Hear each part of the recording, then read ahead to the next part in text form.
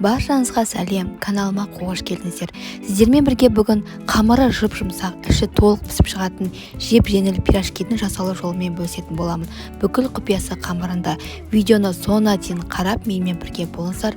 Алдымен қамырының жасалу жолымен бастаймыз.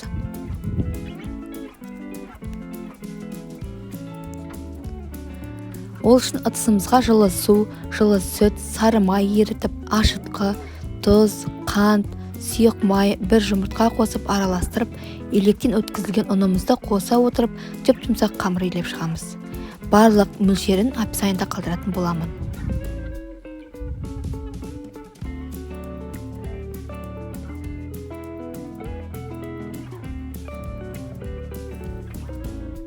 Қамыры қолға жабысқақ болса, қолыңызға майлап иленіңіз, сонда жұмсақ қамыр иленеді.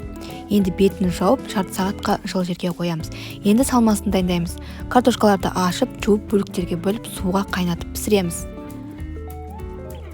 Үлкен пияз турап, майға қуырып аламыз.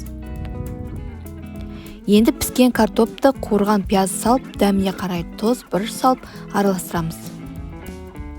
Езіп аламыз.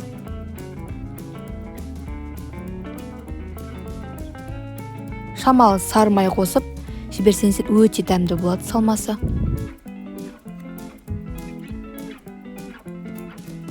Міне салмамыз дайын.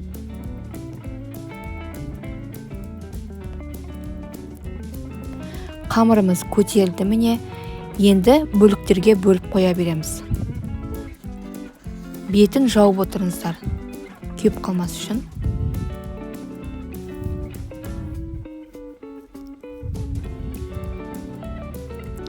Енді біртіндеп алып, қолымызбен басып, салмасын салып, түйе береміз.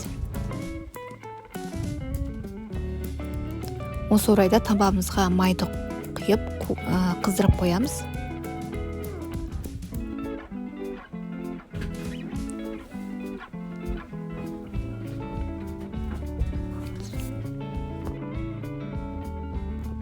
Жасап қойған пирожкилердің бетін жауып қойыңыздар.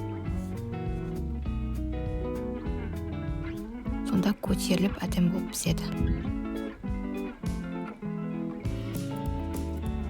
Міне пирожкилердің бәрін жасап қойдық. Енді табағымызға әдемілеп, екі жағын әдемілеп пісіре береміз.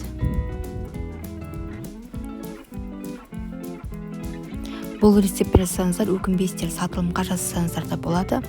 Керемет мінсіз болып шығады.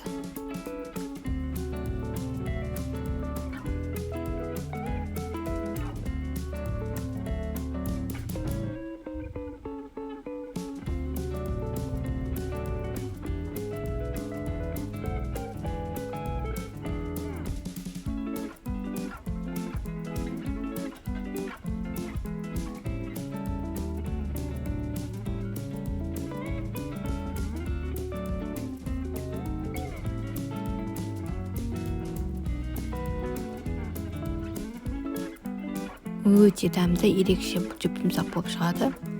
Сіздермен болған жансая, назарларыңызға рахмет. Каналымды қолдап, тіркеліп, достарыңызбен бөлісіп, лайк басуды ұмытпаңыздар. Келесі видеомда көру үшін қоңырауды басып қойыңыздар. Бірінші болып көретін боласыздар сонда.